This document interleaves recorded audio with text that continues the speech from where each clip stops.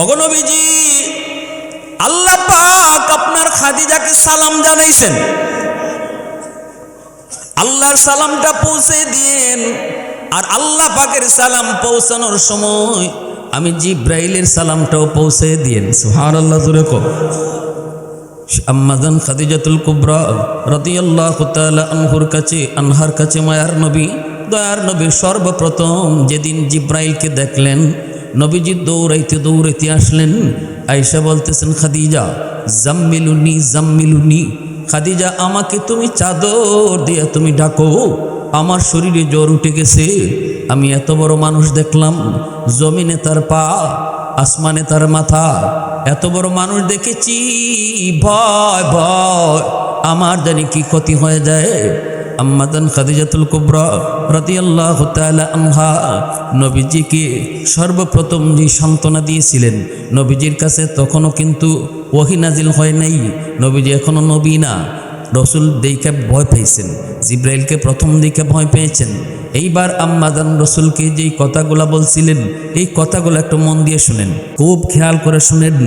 আম্মাজান বলতেছিলেন, ওগো প্রাণের স্বামী, ওগো প্রাণের স্বামী, কাল্লা লা ইউখজিকাল্লাহু আবাদা, ওগো প্রাণের স্বামী, খোদার কসম, আমি খাদিজা কসম খায়া বলতে পারি আপনার কোনো ক্ষতি হইতে পারে না, আল্লাহ আপনার কোনো ক্ষতি দিবেন না। আল্লাহু আকবার, কসম খায়া। কেন? যে 5টা গুণের কথা বলছিলেন, ওই 5টা গুণের কথাই আমি আপনাদেরকে এখন শোনাবো, কারণ এই সংগঠনটা হলো সামাজিক সংগঠন। আম্মাজান নবীজির যেই 5টা গুণের কথা উল্লেখ করেছেন, এই 5টা গুণের ভিতরে 1 নাম্বার বলেন, ইন্নাকা লাতাসিলুর রাহিমা ওয়া তাহমিলুল কাল্লা ওয়া তাকসিবুল মাদুমা ওয়া তাকরিদুদ দাইফ ওয়া তুঈনু আলা নওয়াইবিল হক। 1 নম্বর তিনি বলেছেন, কেন আপনার কোনো দুনিয়ার ক্ষতি হইতে পারে না, আপনার উপরে কোনো বিপদ আসতে পারে না।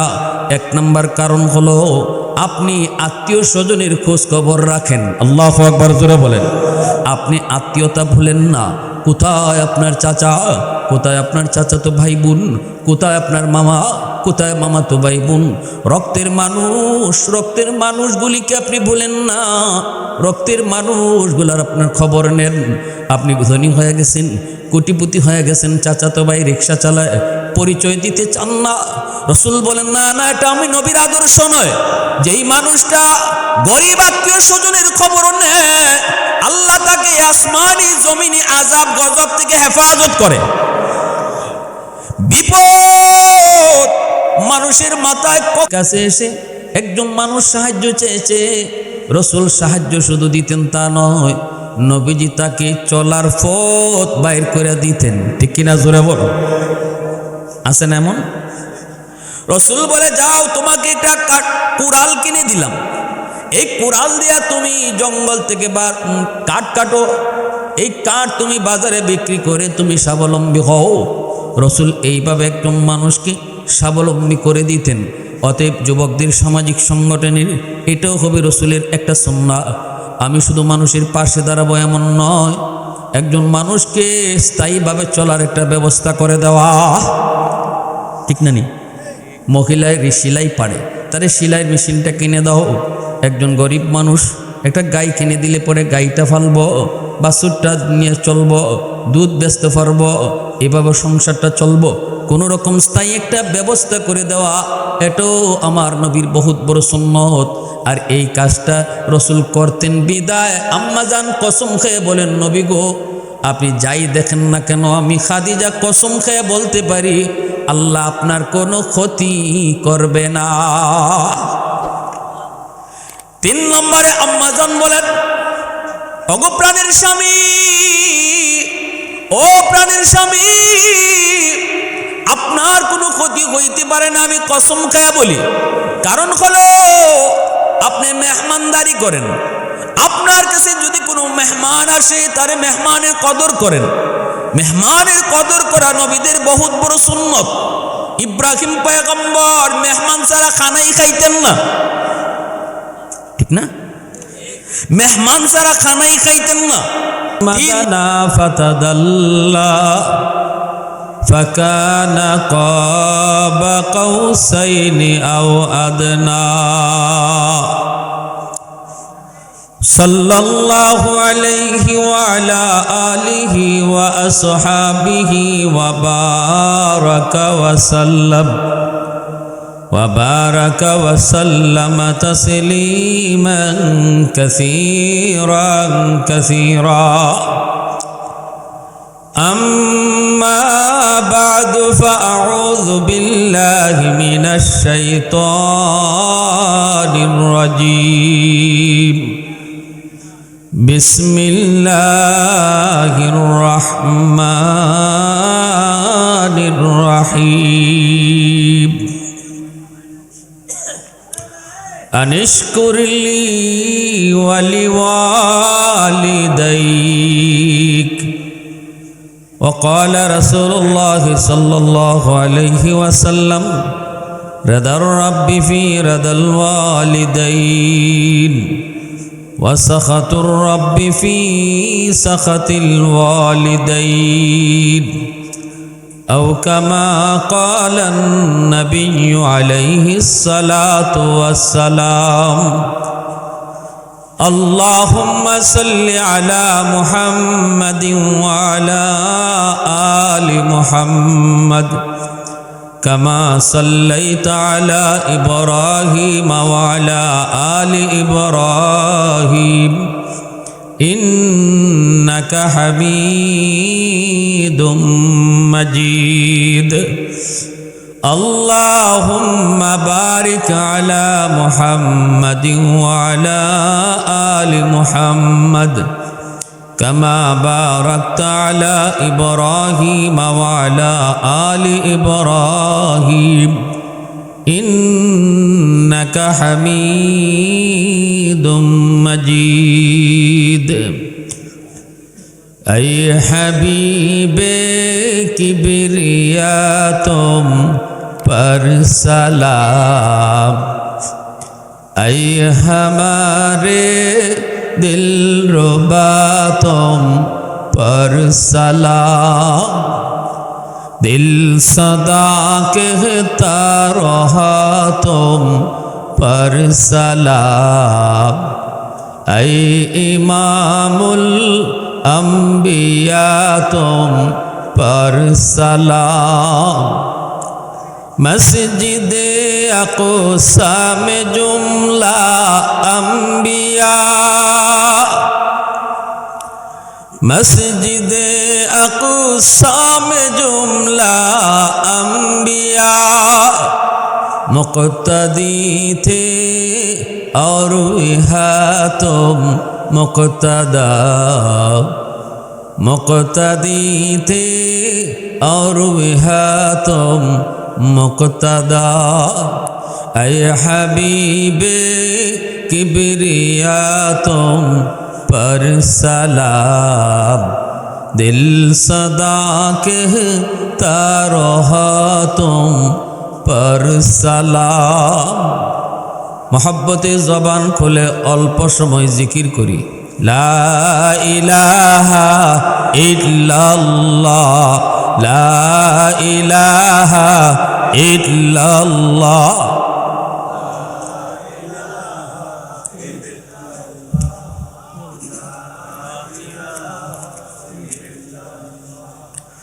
সবাই লা ইলাহা ইল্লাল্লাহ লা ইলাহা ইল্লাল্লাহ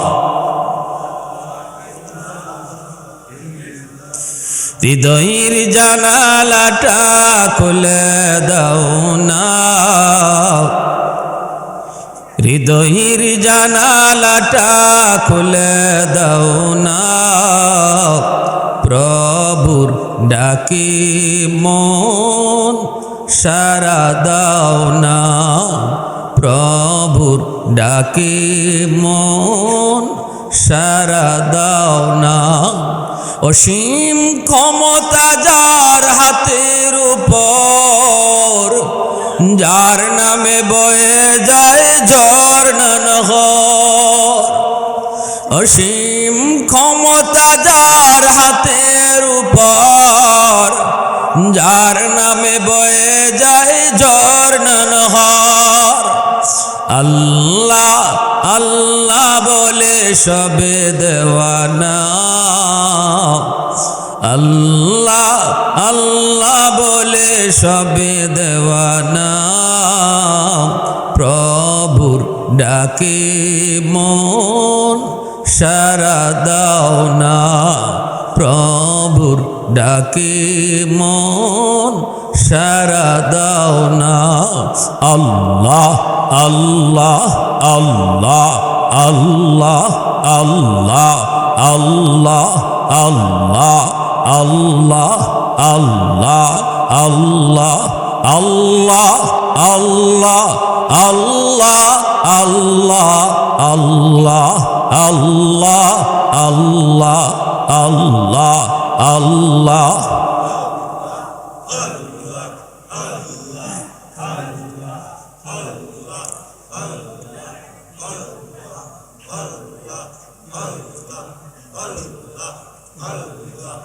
লা ইলাহা ইল্লাল্লাহু মুহাম্মাদুর রাসূলুল্লাহ। জোরে সুরে বলি সাল্লাল্লাহু আলাইহি ওয়াসাল্লাম।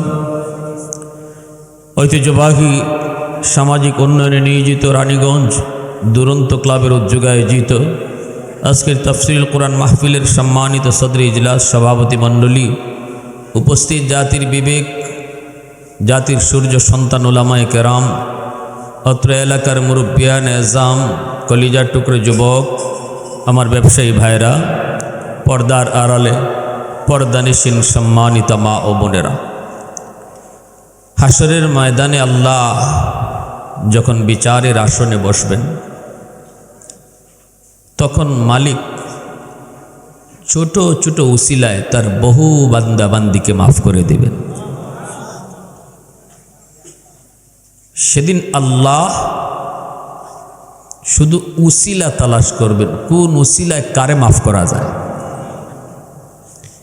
কারণ 100 ভাগ দয়া আর মায়ার ভিতরে 1 ভাগ মায়া দয়া,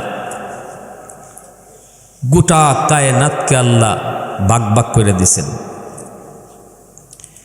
99 ভাগ দয়া মায়া আল্লাহ তার নিজের কাছে রিজার্ভ রাখছেন।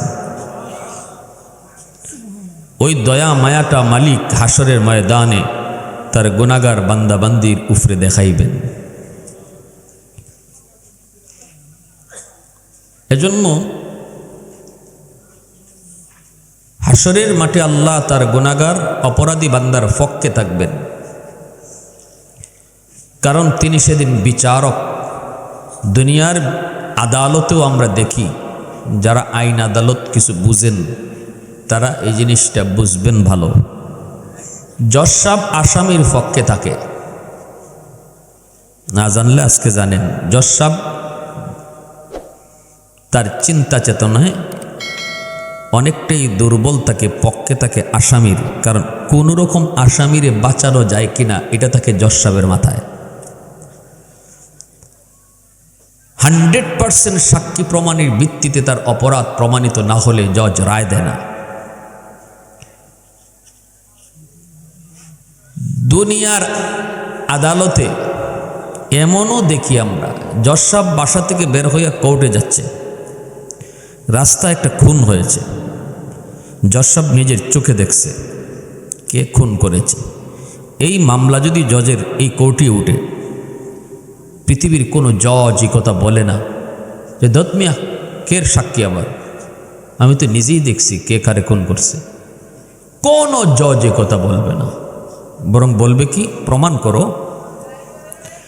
সাক্ষী প্রমাণে প্রমাণ করো সে যে খুন করছে। দুনিয়ার আদালতের বিচারক যদি আসামির পক্ষে থাকে, সকল বিচারকের বিচারক যিনি আমার আপনার মালিক, হাসরের মাঠে বিচারের আসনে বসবেন, ওই দিনও আল্লাহ তার গুনাহগার অপরাধীর বান্দাবান্দির পক্ষে থাকবেন। কিভাবে তার শাস্তি কমানো যায়, কিভাবে তার খালাস দেওয়া যায়। একটা হাদিস শোনাই, রাসূল সাল্লাল্লাহু আলাইহি ওয়াসাল্লাম বলেন, হাসরের মাঠে একজনের ফয়সালা হয়ে গেছে জাহান্নাম, সে জাহান্নামের দিকে যাচ্ছে, কিন্তু বারবার পিছনে শুধু আল্লাহকে দেখতেছে, যায় জাহান্নামে চায় ফিসে। আল্লাহ তারে ডাক দিয়ে আনবেন, আল্লাহ জিজ্ঞেস করবেন, বান্দা তোর ফয়সালা হয়েছে জাহান্নাম, তুই পিছনে তাকাস কেন? লোকটা তখন কইব, মালিক দুনিয়ার জমিনে উলামায়ে কেরামের জবানে শুনেছি হাসরের ময়দানে তুমি ছোট থেকে ছোট ওসিলায় তোমার বহু বান্দা বান্দিরে মাফ করবা। ও মালিক, কেন জানি আমার মন বলে আজ হাসরের ময়দানে কোনো একটা ছোট ওসিলা ধরে আমাকে তুমি মাফ করে দাও কিনা, এই বুক ভরা আশা নিয়ে বারবার শুধু তোমাকে দেখতেছি। আল্লাহ পাক তখন বলবেন, ফেরেশতারা আমার বান্দারে ফিরে আনো, তার কথাটা আমার বড় ভালো লাগছে, আমি আল্লাহর কাছে তার কথাটা বড় ভালো লাগছে, তার আমল নামাটা আমি আল্লাহকে আবার দেখাও। আল্লাহ পাক নিজেই তার আমল নামাটা দেখবেন। আল্লাহ দেখতেছেন। এইবার মালিক বলবে, বান্দারে ও বান্দা, ওই যে দেখ তোর গুনার পাল্লা ভারী, নেকির পাল্লা হালকা, যার কারণে তোর ফয়সালা হয়েছে জাহান্নাম। কিন্তু বান্দা বল, ওই যে দুনিয়ার জমিনে ওই জায়গায় কোরআনের মাহফিল, ওই কোরআনের মাহফিলে তুমি হাজির হয়েছিলা, তোমাকে এক জায়গায় বসা দেখা যায়, বান্দা বলতো কেন তুমি সেই মাহফিলে গিয়েছিলি? তখনই কইব, মালিক একমাত্র তোমাকে খুশি করার জন্য, দুনিয়ার কোনো উদ্দেশ্য ছিল না, দুনিয়ার কোনো লাভও ছিল না। আল্লাহ তখনই বলবে, বান্দা শুন, আমি আল্লাহর আদত হচ্ছে মাফ করে দেওয়া, কিন্তু আমার নেজাম হলো উসিলা ছাড়া মাফ করি না। ওই দিনে মাহফিলে বসাকে উসিলা বানায়া আমি আল্লাহ আজকে হাসরের মাঠে তোরে মাফ করে দিলাম। মুসলমানের আওয়াজে কও সুবহানাল্লাহ, আর একটু জোরে কও না সুবহানাল্লাহ। আল্লাহ যদি আমাদেরকে মাহফিলে বসা উসিলা বানায়া আল্লাহ যদি মাফ করে দেন, আল্লাহ এটা পারেন কি পারেন না? এই ক্ষমতা আল্লাহর আসেনি না নাই? নাকি আল্লাহ কারো কাছে জবাব দেওয়া লাগবে? না, কারো কাছে জবাব দিতে হবে না। ফেরেশতারা তখন বলবে, মালিক সবাইকে তুমি মাফ করে দিয়েছো যারা মাহফিলে বসছে, সবাইকে মাফ করে দিয়েছি। ফেরেশতারা তখন বলে, মালিক এখানে সবাই তো ওয়াজ শোনার নিয়তে আসে নাই, কেউ তো এসেছে বাড়িতে যাবে, মাঝখানে মাইকের আওয়াজ শুনে বলতেছে একটু ওয়াজ শুনে যাই। কেউ তো চাইছিল বাজারে যাবে, আত্মীয়র বাড়িতে যাবে, অন্য কোনো উদ্দেশ্যে ঘর থেকে বের হয়েছে, মাঝখানে মাইকের আওয়াজ শুনে কয় ওয়াজটা শুনে যাই। উদ্দেশ্য তার ওয়াজ শোনা নয়, উদ্দেশ্য ছিল তার বাজারে যাওয়া, উদ্দেশ্য ছিল তার বাড়িতে যাওয়া, উদ্দেশ্য নিয়ত ছিল তার আত্মীয়র বাড়িতে যাওয়া। আল্লাহ তুমি কি তাকেও মাফ করে দিয়েছো? রব্বুল আলামিন তখন জবাব যেটা দিবেন একটু মন দিয়ে শুনো যুবক। আল্লাহ বলবেন, হুমুল জালিসু লা ইয়াশকা জালিসুহুম, এটা এমন এক কোরআনের বরকতি মজলিস, এই মজলিসে যেই বসবে আমি তাকেই মাফ করে দিব। প্রশংসা করব কার? আর একটু জোরে কও কার? ওয়াহদাত কি হিফাজত নেহি বেকুওতে বাজু, वहदत की हिफाजत नहीं बेक़ुव्वत बाजू, आती नहीं कुछ कमी है अक़्ल खुदा दा, ऐ मर्द खुदा तुझको क़ुव्वत नहीं हासिल, जा बैठ किसी घर में अल्लाह को करियात, जा बैठ किसी गार में अल्लाह का करिया, ये सच है कि बातिल की तरफदार नहीं हम, गद्दार न समझो हमें गद्दार नहीं हम, गद्दार न समझो हमें गद्दार नहीं हम। मुसलमाনের आवाज এখন আল্লাহু আকবার। বাইরে বন্ধুরা, এজন্য হাসরের ময়দানে আমার আপনার জন্য আজকের মাহফিলে বসাটা নাজাতের উসিলা হতে পারে কি পারে না? পারে কি পারে না? এ যুবক, আজকের এই যুবকগুলির দুরন্ত ক্লাব, সামাজিক কাজে তারা নিয়োজিত। শোনো, সমাজের সামাজিক কাজ এটা বহুত বড় ইবাদত। নফল বন্দিগির ভিতরে সবচেয়ে বড় নফল বন্দিগি হলো মানুষের খেদমতে কাজ করা, খেদমতে খালক। একজন সমস্যায় পড়ছে, তার পাশে দাঁড়ানো, বোঝা তুলতে পারে না, বোঝাটা তুললে দেওয়া, মেয়ে বিয়া দিতে পারে না, পাশে গিয়ে দাঁড়ানো। এই আমলগুলি নফল নমাজ, নফল রোজা, নফল সদকা এর চেয়ে 1000 গুণ বেশি সওয়াব। কেমনে বললাম? নবীজি সাহাবী আব্দুল্লাহ ইবনে আব্বাস রাদিয়াল্লাহু তাআলা আনহু মদিনার মসজিদে তিনি ইতিকাফে বসছেন। ইতিকাফে, নফল ইতিকাফ, রমজানের ইতিকাফ নয়, নফল ইতিকাফ। একজনে এসে বলতেছে, মসজিদের ভিতরে ঢুকে একজনে কয়, আমি বড় বিপদে পড়েছি, আমাকে বিপদ থেকে তুমি উদ্ধার করতে পারো, তুমি একটু সাহায্য করতে পারো। উনি মনে করেছে মসজিদের ভিতর থেকে উনি কোনো পরামর্শ দিবেন অথবা কোনো পথ খুলে দিবেন, কিন্তু আব্দুল্লাহ ইবনে আব্বাস রাদিয়াল্লাহু তাআলা আনহু সাথে সাথে তার হাতে ধইরা বলেন, চলো আমি চেষ্টা করব তোমার এই বিপদ থেকে তোমাকে উদ্ধার করার, তোমাকে সহযোগিতা করার। চলো বইলেই তিনি মসজিদ থেকে বের হয়ে যাচ্ছেন। সাহাবী তখন বলতেছে, ওগো নবীর সাহাবী, আপনি তো মসজিদে ইতিকাফে বসছেন, ইতিকাফ ভেঙে আপনি মসজিদ থেকে কেন বের হচ্ছেন? আপনি যে ইতিকাফে বসছেন এটা মনে নাই নাকি? তখন তিনি বলে, আব্দুল্লাহ ইবনে আব্বাস বলে, শোনো, আমি নফল ইতিকাফে বসেছি। ওই যে দেখো নবীজির রওজা, নবীজির রওজা কাছেই। আল্লাহর নবীর রওজার দিকে তিনি ইশারা দিয়ে বলতেছেন, এই রওজাওয়ালার পবিত্র জবান থেকে আমি শুনেছি, কোনো মুসলমান যদি কোনো মুসলমানের উপকার করার জন্য একটু সময় দেয়, তাহলে মদিনার মসজিদে 10 বছর ইতিকাফের চেয়ে বেশি সওয়াব হয়। আল্লাহ নবী রওজার দিকে তাকায় তাকায় তিনি বলতেছেন, হাত দিয়া ইশারা দিয়া বলেন, আঙ্গুলের ইশারা দিয়া বলেন, ওই রওজাওয়ালার কাছ থেকে আমি শুনেছি। আল্লাহু আকবার, জোরে কও। এই রওজা শরীফে যিনি শুয়ে আছেন, ওনার পবিত্র জবান থেকে শুনেছি, আমার নবীর পবিত্র জবান থেকে শুনেছি, কোন মুসলমান যদি মুসলমানের বিপদে পাশে দাঁড়ায়, মদিনার মসজিদ পৃথিবীর অন্য কোন মসজিদ নয়, না রানীগঞ্জের মসজিদের কথা বলা হয় নাই, পৃথিবীর অন্য কোন মসজিদের কথা বলা হয় নাই, মদিনার মসজিদ, যে মসজিদ হলো নবীর মসজিদ, ওই মসজিদে 10 বছর নফল ইতিকাফের চেয়ে বেশি সওয়াব।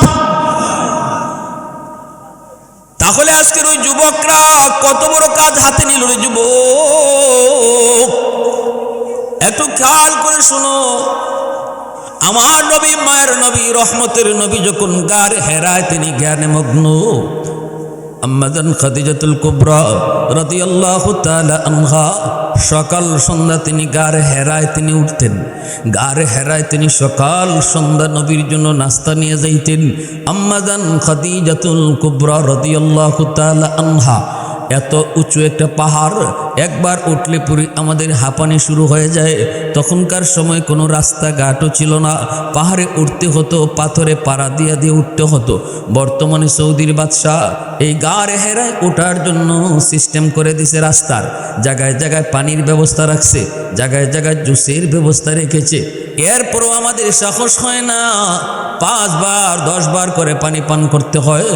সেই পাহাড়টা আম্মাজান আমার নবীর জন্য সকাল সন্ধ্যা তিনি রাস্তা লইয়া রাসূলের সামনে হাজির হতেন। একদিন জিবরাইল নবীজির কাছে বসা, ওই অবস্থায় আম্মাজান নবীর কাছে আসতেছেন। জিবরাইল আমিন বলতেছে, নবী গো, ওই যে আপনার প্রিয়তমা স্ত্রী খাদিজা আসতেছে। রাসূল বলে, জিবরাইল, আমার খাদিজাকে তুমি কেমন করে চিনো? জিবরাইল কো, নবী গো, আপনার খাদিজারে শুধু আমি জিবরাইল না, আকাশের সকল ফেরেশতারা খাদিজারে চিনে। জোরে কও না সুবহানাল্লাহ। যেই খাদিজা আরবের সবচেয়ে ধনী মহিলা ছিল, আরবের সবচেয়ে ধনী মহিলা, আন্তর্জাতিক মানের ব্যবসায়ী, বিভিন্ন দেশে যারা ব্যবসা চড়ায় চিড়াই ছিল। মক্কার জমিনে এমন কোনো গরিব মানুষ নাই যার কাছ থেকে সহযোগিতা পায় নেই, উনি সহযোগিতা করে নেই। এমন আম্মাজান খাদিজাতুল কুবরা আমার নবীজির সাথে বিবাহ বন্ধনের পর রসুল শুধু একটা শর্তই লাগাইছিলেন, আমার কাছে আপনি বিয়ে বসলে শর্ত আছে। কি শর্ত?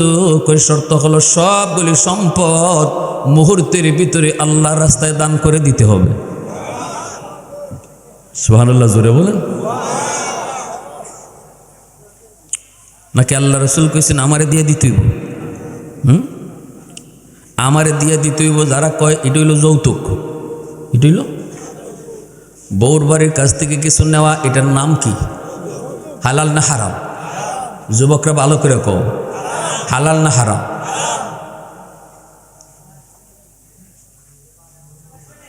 যৌতুক নিয়ে যেই বিয়া হইব এই বিয়া তো যাইয়েন না, এই বিয়াত গিয়ে বিয়া খাওয়াও ঠিক না। সমাজের যুবকরা যদি এই সিদ্ধান্ত নেয় যৌতুক নিয়ে যে বিয়া হইতেছি বিয়াত কেউ যাইব না, তাহলে অটো সমাজ থেকে যৌতুক উঠে যাবে। কিন্তু আমরা তো হইলাম এমন, ডাইরেক্ট খাই না কিন্তু গোড়ায় খাই। না না যৌতুক না, যৌতুক না, তবে মেয়েটারে যে আপনি দিবেন, আপনার মেয়েও তুই এই খাটো ঘুমাইব, টেলিভিশনটা তো আপনার জিওই দেখব, ফ্রিজের মাঝে তো আপনার জিওই গুস্ত রাখবো, ঠিক না? নেই এটা হইছে হ্যাঁ এমনি না হইয়া কি সিস্টেমে মারে। আর একটা হইল কই এই যুগের বিয়া শাদী একটা পালসার না দিলে কি হবে? আপনার জিওই কইব তাড়াতাড়ি বাজার থেকে মাছ লই যাও, তে আমার ফুট যাইতো কেমনে? একটা পালসার দিলে দৌড় দিয়ে গেল, বুঝছি নি? সব বলে আপনার জিওই লইতেছে সবটি কই আর দিতেছে সব আপনার জি। এই সিস্টেমে খাওয়া আর এমনে খাওয়া, নাফাক নাফাক হই। আপনি নাফাক গুড়াইয়া খান আর ডাইরেক্ট খান, নাফাক কোনোদিন ফাঁক হয় না, ঠিক না নি? আর নাম যতই বদলাইন, নাম কিন্তু যতই বদলাইবা, যৌতুক কইন আর ইতা কইন আর হিতা কইন, কত বাঙালি যে কত চালাক, নাম বদলাইতে দেরি হয় না। হয় সুদ খাই না হুজুর, আপনারা তো সুদের বিরুদ্ধে ওয়াজ করেন, আমরা সুদ খাই না তো ইন্টারেস্ট নেই। কোরআনে তো সুদ হারাম, আমরা তো ইন্টারেস্ট খাই। কেমন চালাককে বাঙালি চিন্তা করছে। আচ্ছা এই যে সুদ আর ইন্টারেস্ট দুইটার দুই নাম হইল, জিনিসকে বদলে গেছে না? জিনিস একই। সুদ বুঝিনি আমরা, রানীগঞ্জের ব্যবসায়ীরা মনে সুদ বুঝি হই না, কিন্তু 10,000-এ 12,000, 15,000-এ 20,000, 20,000-এ 25,000 আসেনি না? নাই ব্যবসার কত ধরন যে আল্লাহ জায়েজ করে রাখছে, একটা খালি হারাম করছে, সুদ খাইও না, আর সব সিস্টেমে ব্যবসা হালাল। কিন্তু হের নজর খালি ইবাই যায়। ডাক্তারে কইছে চিংড়ি মাছ খাইও না, আর সব মাছ খাও।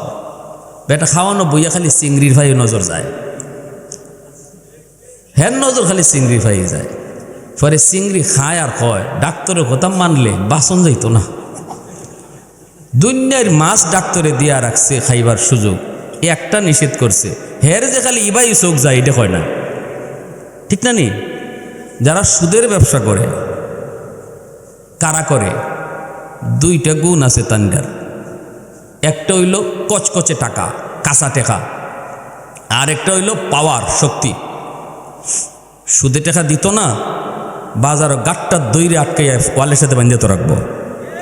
এই ধরনের পাওয়ার শক্তি যার আছে, আবার কাঁচা টাকা আছে, এর এই হারাম ব্যবসায় লিপ্ত হয়। কিন্তু এখন আর ইডে রইছে না, এখন রিক্সাওয়ালার বউ ওষুধ খাইলায়, এখন গরিবে ওর সুদে খায়। আশ্চর্য হয়ে গেছে আমি একদিন এক জায়গায় গিয়ে শুনি না, হুজুর কি যে কইমো আপনারে, রিক্সা বায় কিন্তু হের বউয়ের সুদে টাকা লাগায়। 5,000 টাকা কোনো রকম জমলে লাগাইলা, লাগানি মানে সুদে লাগানি। সুদ হালাল না হারাম? আরো জোরে। ব্যবসাকে আল্লাহ হালাল করেছে, সুদকে ওয়াহাল্লাল্লাহুল বাই'a ওয়া হাররামার রিবা। আল্লাহ রসুল বলেন সুদ খাইতে পারে যে তার মারে বিয়া করতে পারে। নাউজুবিল্লাহ, আরো আসতে কইেন, আরো আসতে কইেন। যে এই কথা কইব যে আমি আমার মারে বিয়া করতাম পারবো, রসুল কইতে তুমি সুদ খাও। আর যদি কেউ কই এটা সম্ভব না, আমি মইরা গেলেও সম্ভব না, আমি জিন্দা দাফন দিলাও তাও আমার দ্বারা এটা সম্ভব না, রসুল কয় তাইলে তোমার লাগে সুদ খাওয়াও সম্ভব না। এখন যারা সুদ খাইতেছেন এরপরও হারাম জানার পরও বুঝে নিয়েন আপনি হিডেও পারবেন। এর বেশি আমরা আর কিছু কইতাম পারি না। প্যারে হাজিরিন, এজন্য বলতেছিলাম ওই যে সুদের নাম বদলাইছে ইন্টারেস্ট, ঘুষের নাম বদলাইয়া রাখছে স্পিড মানি। ঘুষ চিনেননি? ঘুষের নাম, আমি ঘুষের নাম যে বদলাইয়া স্পিড মানি রাখছে এটা আমি আগে জানতাম না। আমার এক মুসল্লি একদিন কয় হুজুর সুদের নাম তো ইন্টারেস্ট, আর ঘুষের নাম কি জানেননি? আমি না, কয় ঘুষের নাম হলো স্পিড মানি। আমি কি এটা মানে কি? এটার মানে হইলো আপনার ফাইলটা এখানে আটকা দিছে, লরেও না সরেও না, টেবিলের নিচ দিয়ে খালি 2000 টাকা ধরাইয়া দিচ্ছেন, এমনি ফাইলে দৌড় মারছে। এমনি ফাইলে কি মারছে? যে টেকায় স্পিড মানে গতি আর মানি মানে টাকা, যে টেকায় ফাইলটা দৌড়ায় এটা হইলো ঘুষ। এটা হইলো বাঙালি, তুমি স্পিড মানি কও আর ইন্টারেস্ট কও, নাফাক হই থাকে। কালা কুত্তারে কালা ছাগল কইয়া জব কইরা যেমন কেউ খায় না, নাম বদলাইছে কিন্তু জিনিস বদলে না, এমনি ভাবে সুদের নাম ইন্টারেস্ট রাখো আর ঘুষের নাম স্পিড মানি রাখো, নাপাকি থাকবে। এরপরে খাইতে মন চাইলে খাইয়েন।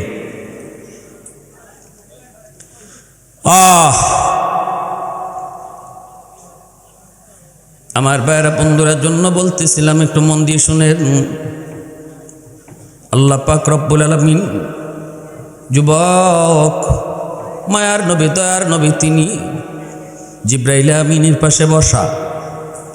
জিব্রাইল বলেন নবী গো আপনি, আপনার খাদিজা আইতেছে। রসুল বলতেছেন আমার খাদিজারে কেমনে চিনো? জিব্রাইল বলে নবী গো আমি একা শুধু না, আকাশের সকল ফেরেশতারাও আপনার খাদিজাকে চিনে। আল্লাহু আকবার।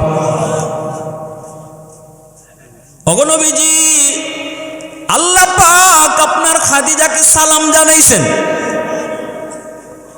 আল্লাহর সালামটা পৌঁছে দিয়েন। আর আল্লাহ পাকের সালাম পৌঁছানোর সময় আমি জিব্রাইলের সালামটাও পৌঁছে দিয়েন। সুবহানাল্লাহ, জোরে কও। আম্মাজান খাদিজাতুল কুবরা রাদিয়াল্লাহু তাআলা আনহার কাছে মায়ার নবী দয়ার নবী সর্বপ্রথম যেদিন জিব্রাইলকে দেখলেন, নবীজি দৌড়াইতে আসলেন। আয়েশা বলতেছেন খাদিজা জাম্মিলুনি, খাদিজা আমাকে তুমি চাদর দিয়ে তুমি ডাকো, আমার শরীরে জ্বর উঠে গেছে।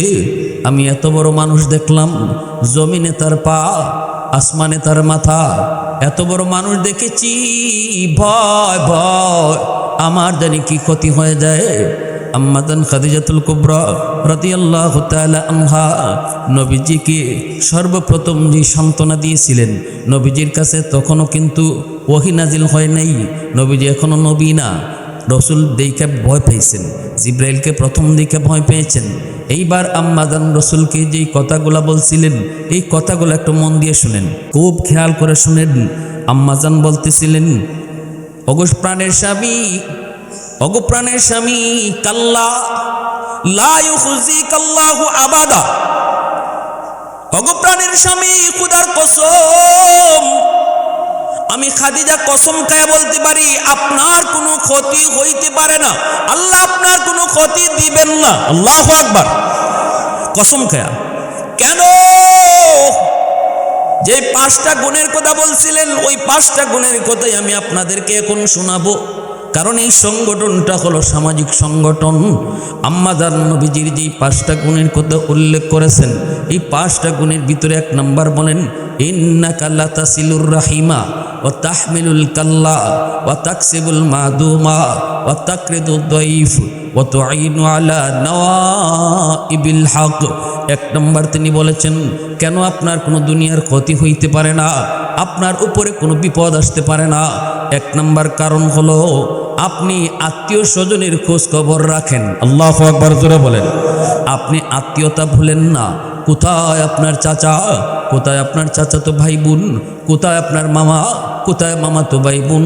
রক্তের মানুষ, রক্তের মানুষগুলিকে আপনি ভুলেন না। রক্তের মানুষগুলার আপনার খবর নেন। আপনি ধনী হয়ে গেছেন, কোটিপতি হয়ে গেছেন, চাচাতো ভাই রিক্সা চালায়, পরিচয় দিতে চান না।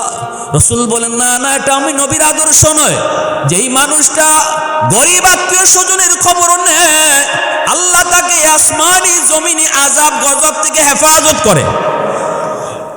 বিপদ মানুষের মাথায় কাছে এসে একজন মানুষ সাহায্য চেয়েছে, রসুল সাহায্য শুধু দিতেন তা নয়, নবীজি তাকে চলার পথ বাইর করে দিতেন। ঠিক কিনা, জোরে বলো। আছেন এমন? রসুল বলে, যাও, তোমাকে একটা কুড়াল কিনে দিলাম, এই কুড়াল দিয়া তুমি জঙ্গল থেকে কাঠ কাটো, এই কাঠ তুমি বাজারে বিক্রি করে তুমি স্বাবলম্বী হও। রসুল এইভাবে একজন মানুষকে স্বাবলম্বী করে দিতেন। অতএব যুবকদের সামাজিক সংগঠনের এটাও হবে রসুলের একটা সুন্নাহ। আমি শুধু মানুষের পাশে দাঁড়াবো এমন নয়, একজন মানুষকে স্থায়ীভাবে চলার একটা ব্যবস্থা করে দেওয়া। ঠিক না নি? মহিলায় সেলাই পারে, তারে সেলাই মেশিনটা কিনে দাও। একজন গরিব মানুষ একটা গাই কিনে দিলে পরে গাইটা ফালবো, বাছুরটা নিয়ে চলবো, দুধ বেচতে পারবো, এভাবে সংসারটা চলবো। কোনো রকম স্থায়ী একটা ব্যবস্থা করে দেওয়া, এটাও আমার নবীর বহুত বড় সুন্নত।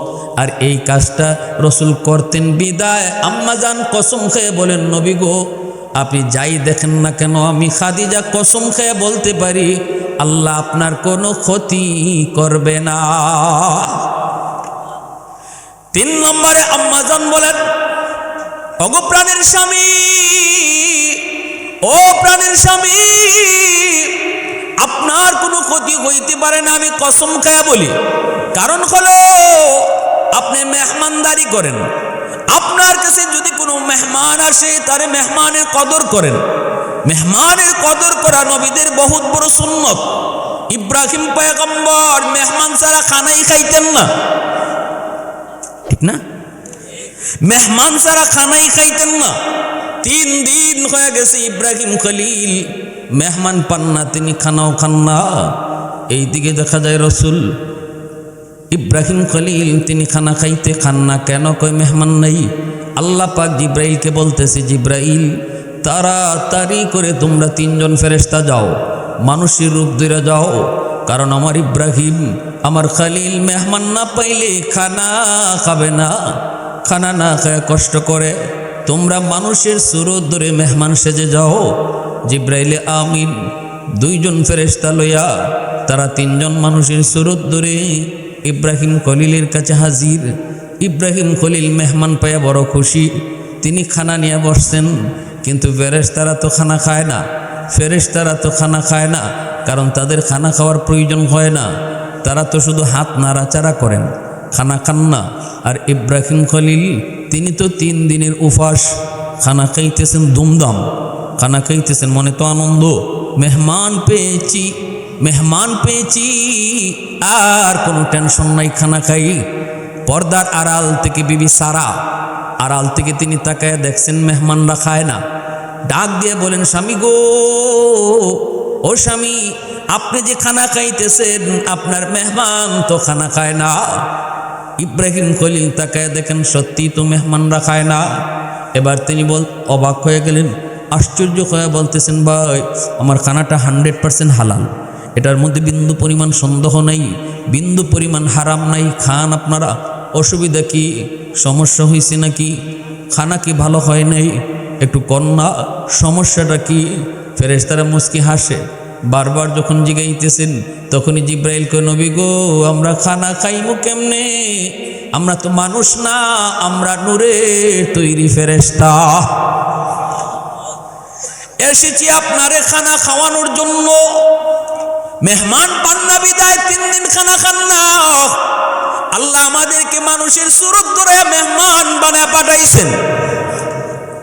আমার আপনার নবী, মায়ের নবী, দয়ার নবীও মেহমান সারা খানা খাইতেন না। এজন্য আম্মাজান কয়, নবী গো, আপনি তো অভাবে পাশে দাঁড়ান। যার কাপড় নাই তার কাপড় দেন, যার খাবার নাই তার ঘরে খাবারের ব্যবস্থা করেন, যে মানুষটা বোঝা তুলতে পারে না তার বোঝা তুইলা দেন। ওগো নবীজি, এতগুলা গুণ যার কাছে আছে, দুনিয়ার জমিনে এসে কোনো বিপদ আপদে পড়তে পারে না। মানুষের উপকার করলে পরে অন্তর থেকে যে দোয়া বের হয়, ওই দোয়ার খাতিরে আল্লাহ পাক মাথার উপরে ঝুলন্ত বিপদ আল্লাহ পাক মানুষের দোয়ার খাতিরে কেটে দেয়। আওয়াজ আসতে কেন, জোরে বলেন। একবারের জন্য আম্মা জানি কথা কয় নাই, নবী গো আপনার কোনো ক্ষতি হইতেই পারে না, কারণ আপনি আল্লাহর ধ্যানে মগ্ন থাকেন, আপনি তাসবিহ পড়েন, আপনি কোরআন পড়েন। একবারের জন্য ওই গুণের কথা বলেন নাই। যতগুলা গুণের কথা বলেছেন সবগুলি গুণ সমাজের কাজ, মানুষের খেদমত, মানব সেবার, ওই মানব সেবার মহান কাজগুলি তুলে ধইরা বলছেন, কসম কসম আল্লাহর আপনার কোনো ক্ষতি হইতে পারে না। এজন্য সামাজিক সংগঠনগুলি যারা করে, সামাজিক সংগঠনে যারা জড়িত হয়, আল্লাহ পাক এই সংগঠনের উসিলায় আসমানি জমিনি আযাব গজব থেকে এই সমাজকে আল্লাহ হেফাজত করে। আওয়াজ দেয়া কও না সুবহানাল্লাহ। এজন্য যুবক জানুনি, তুমি যুবকের দাম কি পরিমাণ জানুনি, তুমি যুবকের মূল্য কি পরিমাণ জানুনি। আজকের এই যুগের যুবকরা গানের আয়োজন করে, এই যুবকরা খেলাধুলার আয়োজন করে, এই যুগের যুবক যৌবনের তাড়নায় জিনা করে, যৌবনের তাড়নায় সে চুরি করে, ডাকাতি করে, বন্ধুদের সাথে ইয়াবা খায়, বাবা খায়। কিন্তু জাননি আল্লাহ পাক হাদিসে কুদসির মধ্যে আল্লাহ বলেছেন, প্রতিদিন জমিন কিন্তু আমার কাছে আবদার করে, আল্লাহ অনুমতি দিবায়নি, নাফরমানকে আমি জমিন গিলে ফেলব, সুদখোরকে আমি জমিন গিলে ফেলব, ঘুষখোরকে আমি জমিন গিলে ফেলব। আল্লাহ এই সুদখোরের 5 তলা বাড়ির বোঝা আমি জমিন আর কতদিন নিব? ঘুষখোরের পায়ের আওয়াজ কতদিন আমি আর শুনব? বেনামাজির পায়ের আওয়াজ কতকাল আমি আর শুনব? আলা কুল্লি ইয়াউমিন ওয়াল আরদু ইস্তাজিলু রাব্বাহু ওয়াল মালাইকাতু ইস্তাজিলু রাব্বাহু আসবিরু ইলা মাতা আসবিরু। জমিন কই মালিক, ধৈর্য ধরতেছি তো আর কতকাল, আর কতকাল? সুদখোরের পায়ের আওয়াজ আর সুদখোরের 5 তলা বাড়ির বোঝা আমি কতকাল আর নিব? আল্লাহর কাছে যখন প্রতিদিন এই জমিন আবদার করে, দরখাস্ত করে, মালিক অনুমতি দাও, আমি বাড়িকে এখনই ধসায় দিব। ভাইরে, কয়েক সপ্তাহ আগে শুক্রবারে মাত্র 5.9 পয়েন্টের একটা ভূমিকম্প ঝাঁকুনি দিয়া গেছে। ঢাকা শহরে বিল্ডিং গুলা হেলে পড়ে গেছে। বাবা ছেলেরে তৈয়া দৌড় দিছে, খবর নাই। কিন্তু আল্লাহ বলে এরকম 5 আর 10 নয়, 20 নয়, প্রতিদিন জমিন মানুষের গুনার কারণে 100% ঝাঁকুনি দিতে চায়, জমিনটারে 100% ঝাঁকুনি দিতে চায়। আল্লাহ পাক ধমক দিয়ে আটকায় দেয়, আল্লাহ করে জমিন থাম, আমি আল্লাহ দেখতেছি জমিনে কত গুনাহ হইতেছে, কত জুলুম হয়, কত অন্যায় হয়, এরপর আমি কেন নগদ ধরি না জানুনি? কারণ এই মানুষকে আমি আল্লাহ বড় আদর করে বানাইছি। আল্লাহ বলে সব বানাইছি আমি আদেশ দিয়া, মানুষ বানাইছি আমার হাত দিয়া। সুবহানাল্লাহ, জোরে কও। খালাকতু বিয়াদিয়া। এরপর আল্লাহ কয়, জানোস নি গুনাহ হওয়ার পর আমি জমিন কেন টিকায় রাখছি? 60 দলের কারণে। এর ভিতরে এক দল হলো আশ-শাবাবু খুশা। আমি আল্লাহ দেখি রানীগঞ্জের নাফরমানরা নাফরমানি করে, রানীগঞ্জের বেনামাজিরা নামাজ না পড়ে হাঁটে, রানীগঞ্জের সুদখোর ঘুষখোরেরা হাঁটে, এদের গুনার কারণে আযাব আর গজব আসে, জমিন কাঁপুনি দিতে চায়। কিন্তু আল্লাহ বলে আমি যখনই দেখি এই রানীগঞ্জের ভিতরেই কিছু যুবক যৌবনে পাগলামি করে না, তার পাগলা গোড়া তারে দৌড়াইতে চায়, কিন্তু পাগলা গোড়ার লাগাম টেনে ধরে, যৌবনে তারে বাপমার সেবা করতে পাওয়া যায়, মুরব্বীদেরকে সম্মান করতে দেখা যায়, উলামায়ে কেরামকে তাজিম করতে পাওয়া যায়। নামাজে তারে মসজিদে পাওয়া যায়, রমজানে তারে রোজা রাখতে পাওয়া যায়, বন্ধু তারে চুরি করতে ডাকে, যুবক যায় না যায় না যায় না। যুবক কয় আমি আমার আল্লাহরে ভয় করি, রাতের অন্ধকারে কেউ দেখবে না, কিন্তু দেখবেন কে? একটু জোরে কও নাকি? যুবক কয় না আমি গাঞ্জা খাবো না, ইয়াবা খাবো না, কেউ দেখবে না, দেখেন আমার আল্লাহ। আল্লাহ বলে আমি যখন তাকে দেখি ওই রানীগঞ্জের ভিতরে এমন কিছু যুবক দিলের ভিতরে দুনিয়া নাপাক প্রেম জন্ম নেয় না, এই দিলের ভিতরে আমি আল্লাহর প্রেম জমায় নেয়। ওই যুবকের কলিজার দিকে যখন আমি তাকাই তখন এই জমিনের প্রতি আমার মায়া লেগে যায়। আল্লাহ বলেন জমিন এমন ভাবে পৃথিবীর জায়গায় জায়গায় আমি কিছু যুবক, এমন কিছু যুবক দেখতে পাই যারা যৌবনে আমি আল্লাহর গোলামি করে, যৌবনে বাপ মার সেবা করে। যুবক জানোনি জানোনি, যুবক যুবক যৌবনে মা বাবার সেবা করে, বাপ মার দোয়া নিয়ে চলে, মারে খুশি করে চলে। বাজারে যাইতেও কয় আম্মা বাজারে যাই, বাজারে যাইতেও কয় আব্বা বাজারে যাই। আম্মা তোমার ওষুধটা আসেনি, আব্বা তোমার কাপড় চোপড় লাগবে নি। আল্লাহর নবী রহমতের নবী বলেন ওই যুবক, যেই যুবক তার মারে বাবারে খুশি কইরা চলে, আল্লাহ রসুল বলেন ওই যুবকের প্রতি আল্লাহ নিজে খুশি হয়ে যায়। রেদার রব্বি ফি রেদাল ওয়ালিদাইন। দুনিয়ার এক নম্বর ফায়দা হলো যেই যুবকের পিছনে তার মার দোয়া, যেই যুবকের পিছনে তার বাবার দোয়া, ওই যুবকের এক নম্বর দুনিয়ার ফায়দা। হাকিমুল উম্মত মুজাদ্দিদি মিল্লাত মাওলানা আশরাফ আলী থানভী রহমতুল্লাহি আলাইহি তিনি বলেন এক নম্বর ফায়দা হলো আল্লাহ তাকে দুনিয়াতে হায়াতের ভিতরে বরকত বাড়ায় দিবে। হায়াতের ভিতরে আল্লাহ বরকত বাড়ায় দিবে। ঠাটা কিন্তু তার উপরে পড়ার কথা, তকদিরেও লেখা তার মাথায় এই ঠাটাটা পড়ার কথা। কিন্তু যদি মার দোয়া পিছনে থাকে, বাবার দোয়া পিছনে থাকে, যখনই ঘর থেকে বের হয়েছে আম্মা দোয়া করে বের হই, আল্লাহ পাক কয় যখনই মার কাছ থেকে দোয়াটা নিয়ে ঘর থেকে বের হয়, তকদিরে লেখা ছিল ঠাটা তার উপরে পড়বো, তকদিরে লেখা ছিল অ্যাক্সিডেন্টে পাও ভাঙবো, তকদিরে লেখা ছিল পানিতে ডুইবা মারা যাব। কিন্তু ওই মার দোয়ার খাতিরে আমি আল্লাহ তকদির পাল্টায় দেই, আমি তার ওই ঠাটাকে অন্যদিকে নিয়ে যাই, তার অ্যাক্সিডেন্টের ভিতরেও আমি আল্লাহ কুদরতি হাতে তার হেফাজত করি। হায়াতের ভিতরে বরকত।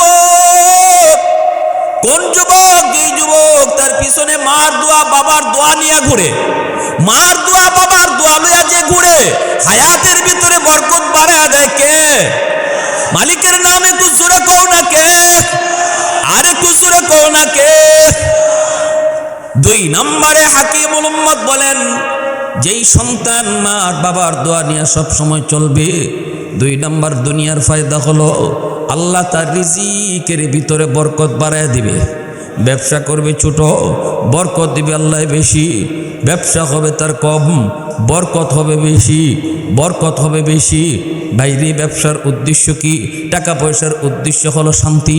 আল্লাহ পাক ছোট ব্যবসার ভিতরেও তাকে শান্তির জীবন তার দান করবে, অভাবে সে পড়বে না, কারো কাছে হাত পাততে হবে না। এজন্যই তো মুসা কালিমুল্লাহ আল্লাহকে বলেছিলেন মালিক একটু কও না জান্নাতে আমার বন্ধু কে হবে? আল্লাহ বলে মুসা অমুক বাজারে যাও, যায় দেখবে একজন কসাই গরুর গোশত বিক্রি করে, সেই জান্নাতে তোমার বন্ধু। এত বড় জলিলুল কদর পয়গম্বর মুসা নবী তখন কয় আল্লাহ আমার বন্ধু বুঝি কসাই হইব? আল্লাহ আমার বন্ধু বুঝি জান্নাতে কসাই? আল্লাহ কয় হ। মুসা নবী কয় আল্লাহ একটু জানতে মন চায় কোন আমলের কারণে সে এত দামি হলো।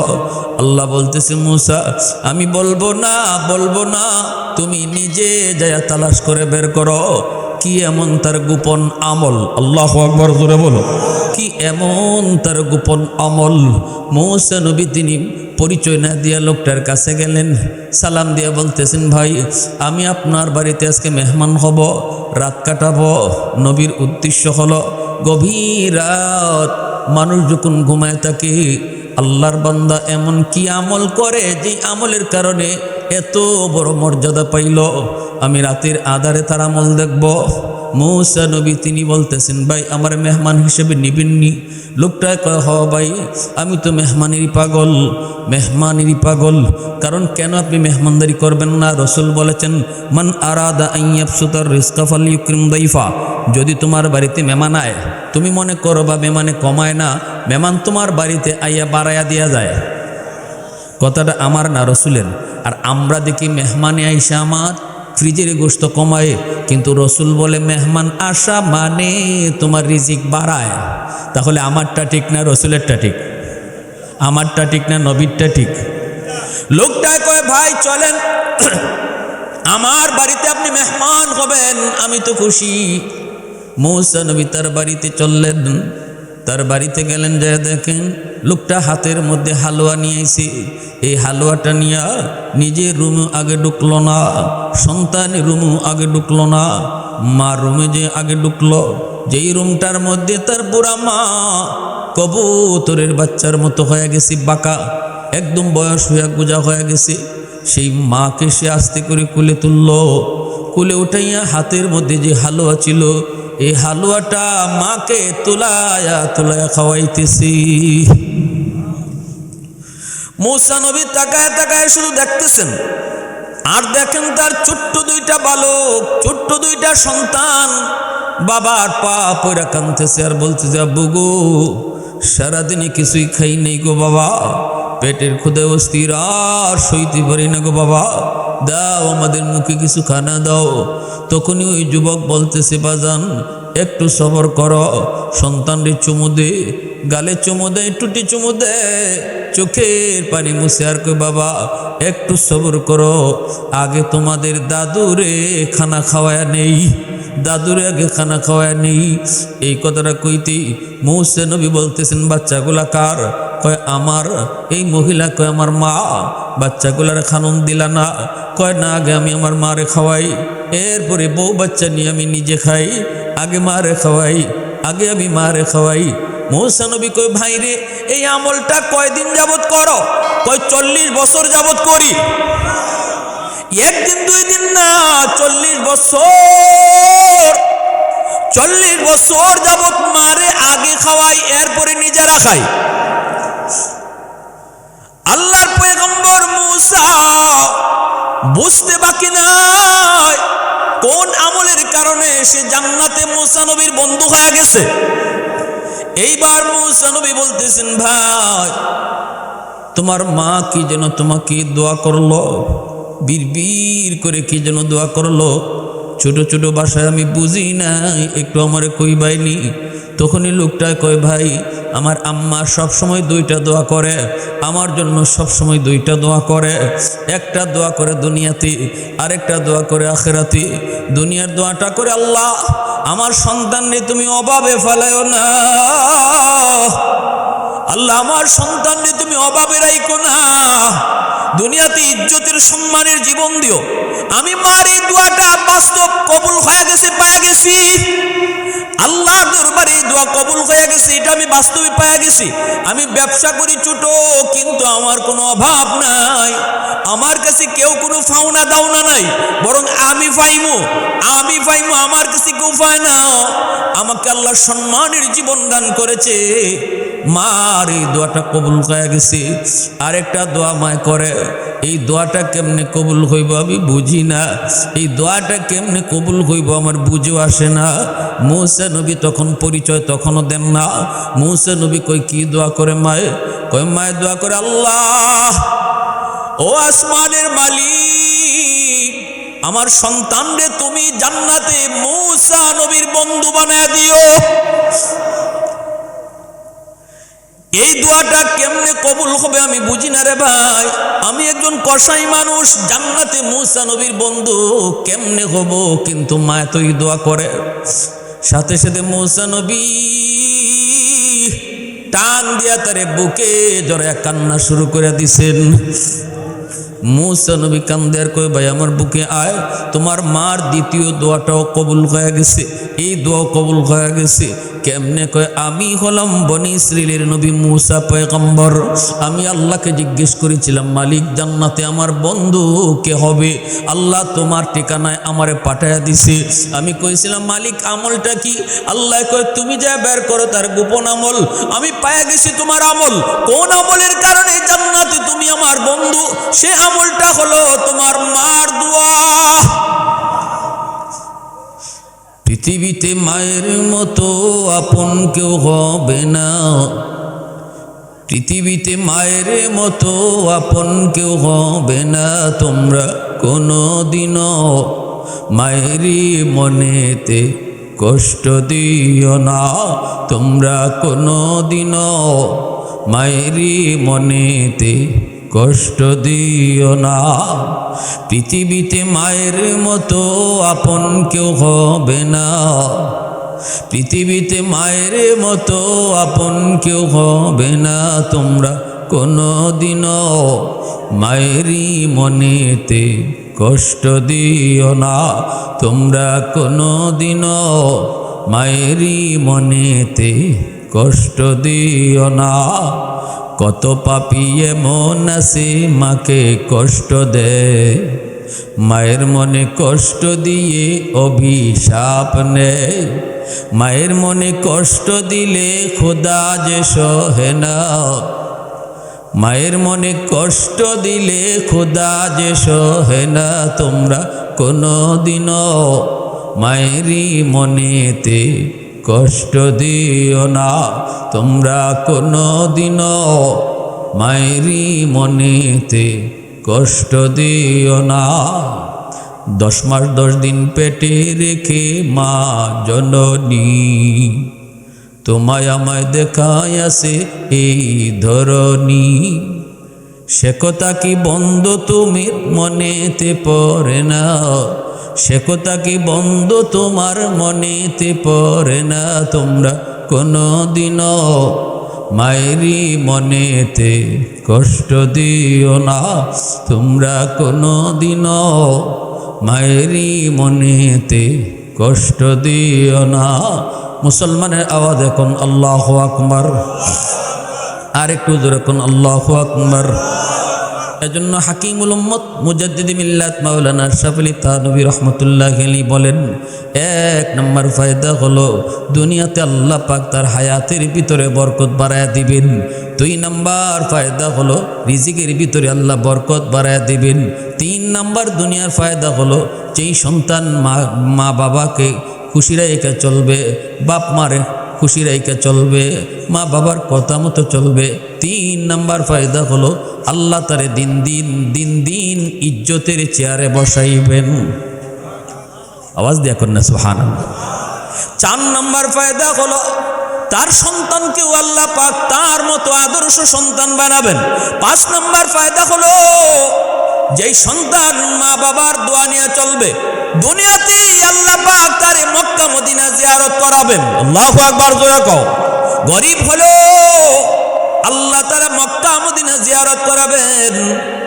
হাকিমুল উম্মত বলেন, আর যদি কোনো সন্তান মারে কষ্ট দেয়, বাবারে কষ্ট দেয়, বাপ মার সাথে খারাপ আচরণ করে, রাগের সুরে কথা কয়, ধমক দিয়া কথা কয়, চোখ লাল করে কথা কয়, কিরিমিরি খায় কথা কয়, যেই সন্তান বাপ মার দিলি আঘাত দিয়া কথা কয়, 1 নম্বর দুনিয়ার ক্ষতি, হায়াতের বরকত আল্লাহ কেড়ে নিবে। বিপদ তার উপরে পড়ার কথা না, তার উপরেই বিপদ হয়ে পড়বে, তার উপরেই বিপদ হয়ে পড়বে। অ্যাক্সিডেন্ট তার হওয়ার কথা না, অ্যাক্সিডেন্ট হয়েছে 10 জনের, সবাই ভালো আছে, তাও ভালো থাকার কথা, কিন্তু তার পাও ভাঙবে, তার হাত ভাঙবে। কারণ হলো পিছনে বাপ মার বদদুয়া, পিছনে বাপ মার বদদুয়া। 2 নম্বর তার দুনিয়ার লস, 2 নম্বর তার দুনিয়ার ক্ষতি। রিজিকের ভিতরে আল্লাহ বরকত কেড়ে নিবে, রিজিকের ভিতরে আল্লাহ বরকত কেড়ে নিবে। অনেক বড় ব্যবসায়ী, অনেক বড় দোকান, এরপরে ধরতে কিছু পায় না, না না 1টা 2টা ব্যবসা নয়, অনেকগুলি ধরন, এরপরে ধরতে কিছু পায় না। সার্টিফিকেট 1টা 2টা নয়, 10টা 20টা সার্টিফিকেট, এরপরে চাকরি মিলে না, টাকা নিয়ে পয়সা রয়েছে, এরপরে বিদেশের ব্যবস্থা হয় না। সর্বদিক দিয়ে তার চোখে শুধু ধুলা, চোখে শুধু সরিষা ফুল। কারণ কি? পিছনে তার মার দোয়া নাই, পিছনে তার বাবার দোয়া নাই। বাবার কলিজায় ব্যথা, মার কলিজায় ব্যথা। এজন্য রে যুবক, তোমার আমার জিন্দেগিতে আল্লাহ পাক বাতি লাগায় দিছে, জ্বালায় আল্লাহ দেয় নাই। এই যে মাহফিলের মধ্যে তোমরা বাতি লাগাইছো, এই বাতি জ্বলবে না পাওয়ার হাউস থেকে যদি লাইন ওকে না করো। লাইন যদি ওকে করো, বাতি জ্বলবে, নতুবা বাতি জ্বালানো থাকবে, জ্বলবে না। তোমার আমার জিন্দেগিতে আল্লাহ পাক বাতি লাগায় দিছে, জ্বালায় দেয় নাই। আল্লাহ বলছে পাওয়ার হাউস থেকে লাইন ওকে করো, লাইন ওকে করো। তোমার জীবনের পাওয়ার হাউস হলো বাপ মা, তোমার জীবনের পাওয়ার হাউস হলো তোমার মা, তোমার জীবনের পাওয়ার হাউস হলো তোমার বাবা। লাইন তুমি ওকে করো, বাতি জ্বালায় দিবে আল্লাহ। জিন্দেগির বাতি জ্বালায় দিবেন কে? আর একটু জোরে বলো কে? জিন্দেগির বাতি জ্বালায় দিবেন আল্লাহ। যদি তোমার মা বাবার থেকে তোমার দোয়া থাকে, আর যদি দোয়া না থাকে, তাহলে বাতি থাকবে কিন্তু জ্বলবে না। হুজুর কোনো লাইন পাইতেছি না, হুজুর লাইন পাই না, টাকা পয়সার তো কোনো অভাব নেই, এরপরও তো কোনো লাইন পাই না। আমরা প্রথমেই বলি বাপ মা আসেনি। হুজুর বাপ মা আছে, থাকে কই কই ভাইয়ের কাছে থাকে, থাকে কোথায় গ্রামে থাকে, খোঁজখবর নেননি। কয় না হুজুর বেশি নিতে পারি না। আমি বলি রে ভাই, ডানে বামে দৌড়ে লাভ নাই। জীবনের পাওয়ার হাউস থেকে লাইন তোমার কাটা, এই লাইন তুমি ওকে করো, জিন্দেগির বাতি জ্বালায় দিবেন আল্লাহ। এজন্য বলি যুবক, জীবন মাত্র শুরু, সামনের জীবনে অনেক ঘাট। সবগুলি ঘাটে যদি আসানের সাথে তোমার পার হতে হয়, 1 নাম্বার হলো বাপমার দোয়া নাও, 2 নাম্বার হলো মুরব্বীদের দোয়া নাও, 3 নাম্বার হলো উলামায়ে কেরামের দোয়া নাও, ওলি আল্লাহদের দোয়া নাও। এই দোয়াগুলি তোমার পিছনে যখন থাকবে, সামনে যত বড় বাধা আসুক, সবগুলি বাধাকে আল্লাহ আসান করে দিবে। ভাইরা বন্ধুরা, জন্য বলতেছিলাম যুবক, ভালো করে শোনো। এই পৃথিবীতে বাপ মার দোয়া পায়া বহু সন্তান আল্লাহর ওলি হয়েছে, আবার বাপ মার বদদোয়া লইয়া এই দুনিয়াতে নগদ শাস্তি পাইছে। এমন বাস্তব ঘটনাও দুনিয়াতে আসেনি না নাই? আর একটু যেরকম আসেনি না নাই? এ যুবক, তাহলে একটা বাস্তব ঘটনা শোনো। করাচির হজরত হাকিম আক্তার সাহেব রাহিমাহুল্লাহ, বহুত বড় আল্লাহর ওলি, করাচির জামে মসজিদে নামাজ পড়েন। দেখতেছেন একটা যুবক বড় সুন্দর করে নামাজ পড়লো। ওই যুবকের হাত, ডান হাতটা কাপড় দিয়ে পেঁচানো। আল্লাহর ওলি নামাজ শেষ হলে পরে যুবককে ডাক দিলেন, যুবক তোমার নামাজটা বড় সুন্দর, রুকুটা তোমার বড় সুন্দর, সেজদাটাও তোমার বড় সুন্দর, কিন্তু ডান হাত কাপড় দিয়ে পেঁচায় রাখছো কেন? যৌবনের ইবাদত যুবককে আল্লাহর ওলি বানায় দেয়। জানোনি যুবক, যৌবনের ইবাদতই ওলি বানায়, ওলি বানায়। 1000 বুড়া মানুষের সেজদা যদি এক পাল্লায় রাখা হয়, আরেকজন যুবকের সেজদা যদি এক পাল্লায় রাখা হয়, যুবকের সেজদার পাল্লা ভারী হয়ে যায়। লা ওয়ারআকাল কাফি আও কামা ক্বালান নবী আলাইহিস সালাম। কেন রাসূল কেন বলছেন এই কথা জানেননি? রাসূল বলে, বুড়া মানুষের শক্তি নেই গুনাহ করার, বুড়া মানুষের শক্তি নেই জিনা করার, বুড়া মানুষের শক্তি নেই চুরি করার, বুড়া মানুষের শক্তি নাই ডাব চুরি করার, কিন্তু যুবকের শক্তি আছে জিনা করার, যুবকের সুযোগ আছে অপরাধ করার। এরপরও যে যুবক গুনাহ করে না আল্লাহর ভয়ে, অতএব এই যুবক আর ওই বুড়া মানুষ, যে এই বুড়া মানুষটাও গুনাহ করে না, এই 2 লোকের মধ্যে বেশ কম আসেনি না নাই? হ্যাঁ, বুড়া মানুষে কয় আমি ডাব চুরি করি না, আরেকজনে কয় ডাব চুরি করবাই পরে, আগে ডাব গাছে উঠতে পারোনি? কয় না, উঠতে পারি না। যুবক তুমি ডাব চুরি করনি? কয় না। ডাব গাছে উঠতে পারোনি? কয় খালি উঠতাম পারি না, গাছও বইয়া ডাব খাইতামও পারি। তাহলে 2 জনের চুরি না করা বেশ কম আসেনি না নাই? এজন্যই রাসূল বলেছেন, যুবক, যেই যুবক যৌবনে আল্লাহর কদমে সেজদা দেয়, যেই যুবক যৌবনে আল্লাহরে ভয় করে চলে রে, যেই যুবক যৌবনে তারে মসজিদে পাওয়া যায়, ওই যুবক যৌবনে অলির দফতরে নাম উঠায়। পৃথিবীতে কে কতদিন হায়াত নিয়ে আইসো কেউ জানে না। বুড়া বয়স তুমি পাইবা কি পাইবা না কেউ গ্যারান্টি দিতে পারে না। পত্রিকার পাতা উল্টাইলেই শুধু যুবকের মৃত্যুর খবর।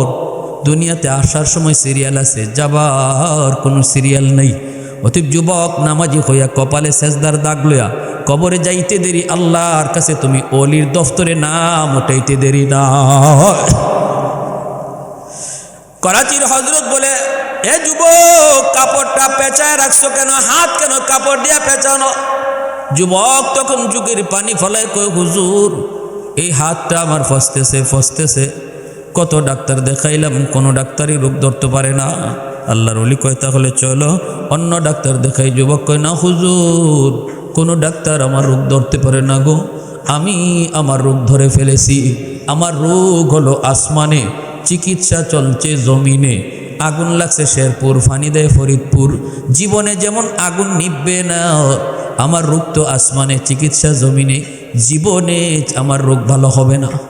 হুজুর, আমি আমার মার গর্ভে একমাত্র সন্তান।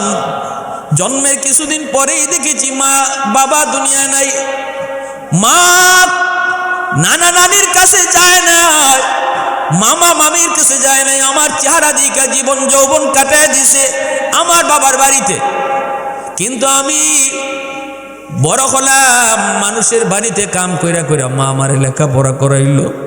আমি হাই স্কুল শেষ করলাম, কলেজে গেলাম, ঢাকা ইউনিভার্সিটিতে ভর্তি হলাম, এরকম স্থানীয় ইউনিভার্সিটিতেও পড়লাম। কিন্তু ইউনিভার্সিটিতে পড়ার পর দেখলাম কি, আমি একটা সুন্দরী মেয়ের খপ্পরে পড়েছি, প্রেমে পড়েছি। সুন্দরী মেয়েটা, সে অনেক ধনী লোকের মেয়ে। আমি তার প্রেমে পড়লাম, সেও আমার প্রেমে পড়ল।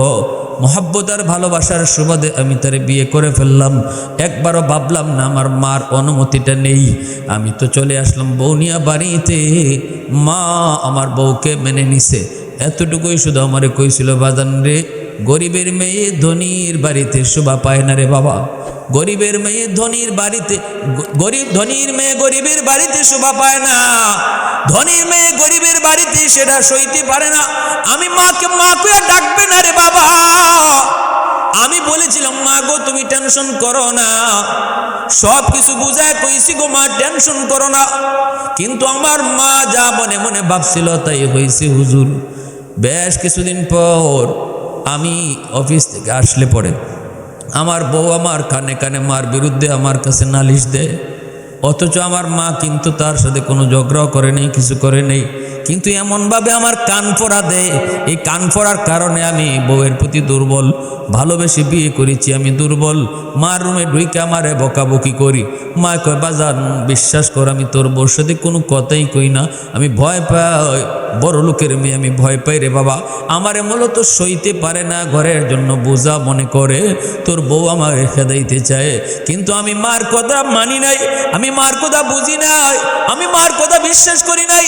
একদিন গভীর রাত আমি মার রুমে ঢুইকা বউয়ের কথায় মারে বকাবকি কইরা, হুজুর আমি মার গায়ে হাত উঠায় ফেলছি, নাউজুবিল্লাহ। যেই মাত্র মার গায়ে হাত উঠাইছি, এমনি মা চোখের পানিটা ফেলে কান্দে আর কয়, বাজান রে, আজকে বুঝি তুই তোর বউয়ের কথা আমি মারে মারলি। এই হাতটা মা চুমায়া চুমায়া বড় করছি, এই হাতের মধ্যে মার শুধু চুমা লেগে আছে, আর কেউ তোরে চুমায়া বড় করে নেই। আজকে তোর বউয়ের কথায় মার গায়ে হাত উঠায় দিলি, ঠিক আছে নে, তোর এই হাত যেন আল্লাহ ফসায়া দেয়। নাউজুবিল্লাহ জোরে কর। রসুল বলেন, তিন ব্যক্তির দোয়া বদদোয়া সরাসরি কবুল হয়ে যায়। এর ভিতরে এক হলো দাওয়াতুল ওয়ালিদি আলা ওয়ালাদিহি, মা বাবার দোয়া এবং বদদোয়া দুটোটা আল্লাহর দরবারে কবুল। বাপ মা দোয়া করলো কবুল, বদদোয়া দিলেও কবুল।